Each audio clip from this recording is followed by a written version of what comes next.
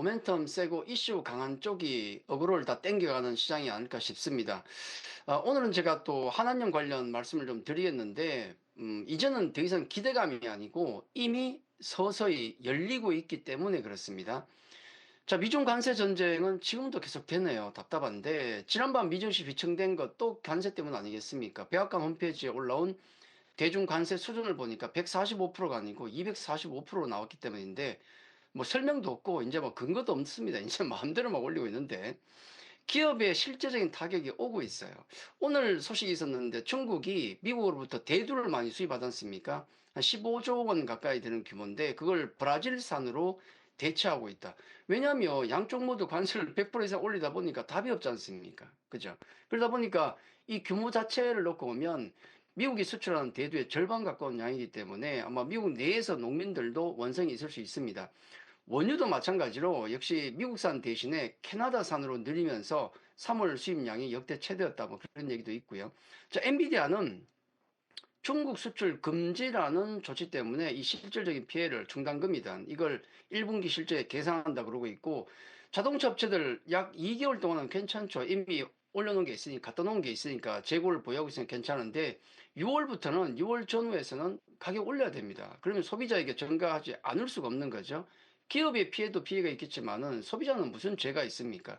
물론 자동차에 안 사고 버티면 되지만은 아까 말씀드렸던 뭐 대두 같은 거, 이 콩 같은 건 안 드릴 수가 없지 않습니까? 가축 사육하는 데 필요하고 식용유 만드는 데 필요하니까 모두 먹는 것이라서 답이 없다.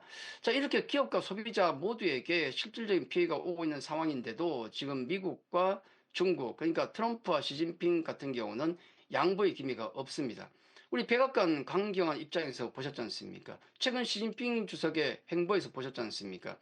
베센트 미 재무장관은 동맹과의 관세 협상을 이용해서 중국에 압박을 주려고 하고 있습니다. 시진핑도 말레이시아 그리고 베트남 등을 방문하면서 외연을 넓히고 있는 상황이거든요. 자, 이렇게 서로 힘 겨루기를 하다 보니까 자신들 편을 들어줄 우군을 만드는 데 주력을 하고 있는 것 같습니다. 원래 한국에서 열리는 에이펙 정상회담, 이게 11월 전후에 있나요? 그때 있는데 시진핑 주석이 참석을 한다는 얘기가 있고, 그리고 우리 사드 배치 때문에 2016년부터 우리가 한한령 맞았는데 그게 해제가 서서히 진행되고 있습니다. 자, 한한령은 존재하지 않는 보호무역이거든요. 이게 만약에 문서로 명령이 내려왔다면 우린 그걸 근거로 WTO에 아마 제소도 할 수 있는데 없어요, 그게. 그러다 보니까 해제 역시도 서서히 진행될 것이다. 그렇게 보고 있습니다.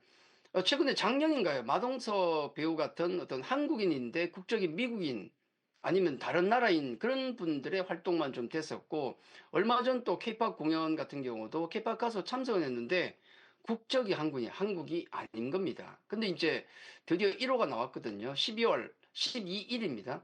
4월 10일 중국 하이난성에서 제주도와의 어떤 자매결혼 30주년 행사였는데 거기 트로트 가수 윤수연 씨가 무대에 올랐죠. 그리고 16일에는 국내 3인조 래퍼 호미들이 중국 본토에서 공연을 진행을 했습니다. 그러니까 이건 이제는 기대감이 아니고 진행력이다. 물론 메이저급 아티스트들은 아직은 아닙니다. 근데 지금 과거 중국에서 큰 인기를 누렸던 이런 메이저급 아티스트들에게도 입질이 오고 있는 것으로 파악이 되고 있거든요. 자, 최근 YG 엔터와 같은 이런 국내 엔터사들이 중국 사업을 새롭게 하기 위해서 그런 인원을 모집한다는 공고가 올라왔는데 현지 거주를 했거나 중국, 그리고 계약 상황까지 점검할 수 있는 수준의 인력을 뽑고 있더라고요. 이것도 역시 신호였다. 자, 오늘 큐버 엔터라든지 SM이 좀 급등을 했습니다. 그리고 화장품 일부도 강한 흐름을 보였고요. 근데 한한령이 워낙 신압으로 천천히 열리다 보니까 주가도 한꺼번에 왕창 반영되는 게 아니고 조금씩 반영되는 분위기가 나오고 있죠. 중요한 건 뭐냐면 한한령 해제라는 모멘텀은 최근에 우리 국내 증시에 불고 있는 모멘텀이 뭡니까? 정책 모멘텀이죠. 자, 이런 정책 모멘텀이라는 것은 바람이 휙 지나가면 그냥 날아가는 겁니다. 어차피 그렇게 올라온 종목들은 제자리에 들어온다는 건 다 알고 계실 겁니다. 하지만 한한령 해제 같은 경우는 직접적으로 실적에 반영되는 강한 모멘텀이다.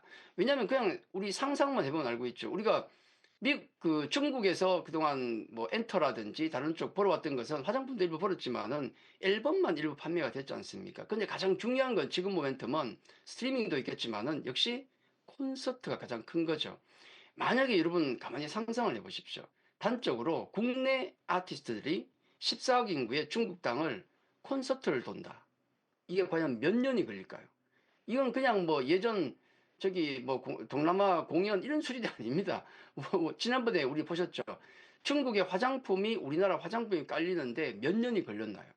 그러니까 상당수 년이 걸릴 엄청난 실적이 될 수 있는 것이기 때문에 이건 가볍게 볼 문제는 아니다. 그렇게 좀 정리해 드립니다. 자, 우리 8시부터 공방이 좀 제가 진행을 할 예정인데요.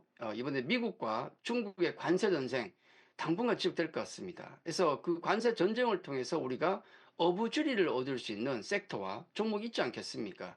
한번 집중적으로 살펴보겠고, 그리고 한때의 바람이 아니고 테마가 아닌 2, 4분기, 지금 4월, 5월, 6월까지 2, 4분기 꾸준한 수익을 가져올 확실한 종목들. 자, 그런 부분을 한번 챙겨보도록 하겠습니다. 잠시 후 8시에 뵙도록 하겠습니다. 자, 오늘 여기까지입니다. 감사합니다.